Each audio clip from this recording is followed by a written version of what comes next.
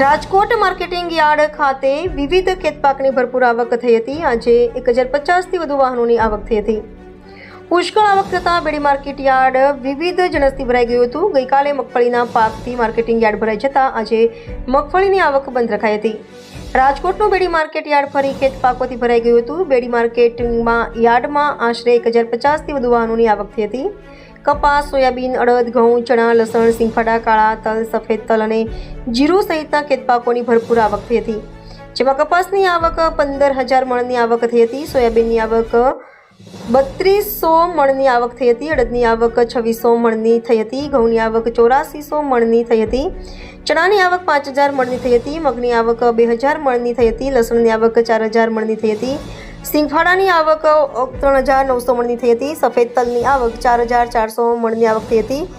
જીરુની આવક 5000 મણની થઈ હતી। કાળા તલની આવક 800 મણની થઈ હતી। ગઈકાલે મગફળીની આવક પુષ્કળ થઈ હતી અને મગફળીનો પાક રાખી શકાય તેવી જગ્યા ન હોવાથી આજે મગફળીની આવક બંધ રખાઈ હતી।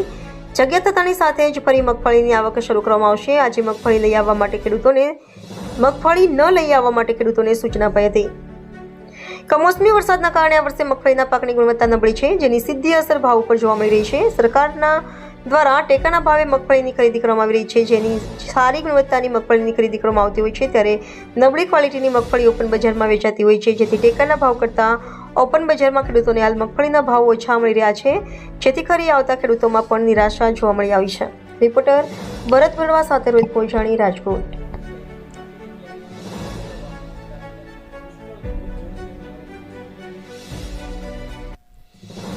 ગઈકાલે રવિવારે રાજકોટ માર્કેટિંગ યાર્ડમાં મગફળી તેમજ કપાસ અને બધી જણસીની ઉતરાઈ કરવામાં આવી।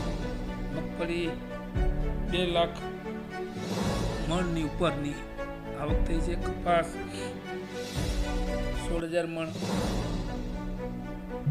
સોયાબીન 6500 મણ, આવી રીતે બધી જણસીઓ પુષ્કળ પ્રમાણમાં આવી છે।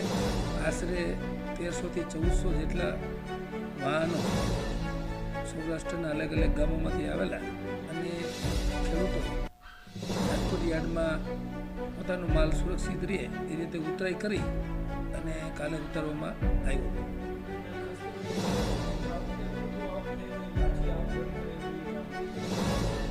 મગફળીની ઉતરાઈ 3-4 દિવસે અમે કરાવતા હોય છે। મગફળીની પુષ્કળ આવક હોય એટલા માટે જે વધુ આવક થઈ ગઈ હોય એટલે એની 3 થી 4 દિવસ માટે જ્યાં સુધી એનું વેચાણ ન થાય ત્યાં સુધી જગ્યા ઉપલબ્ધ ન હોય, તેથી અમે આવક બંધ કરી। ભાવ ટેકાને ભાવમાં પણ સરકાર દ્વારા ખરીદી ચાલુ છે અને એમના કારણે બજારમાં પણ મગફળીમાં ભાવમાં સુધારો થયો છે। એના કારણે 1300-1350 સુધીના ભાવ ઓપન બજારમાં આવે છે।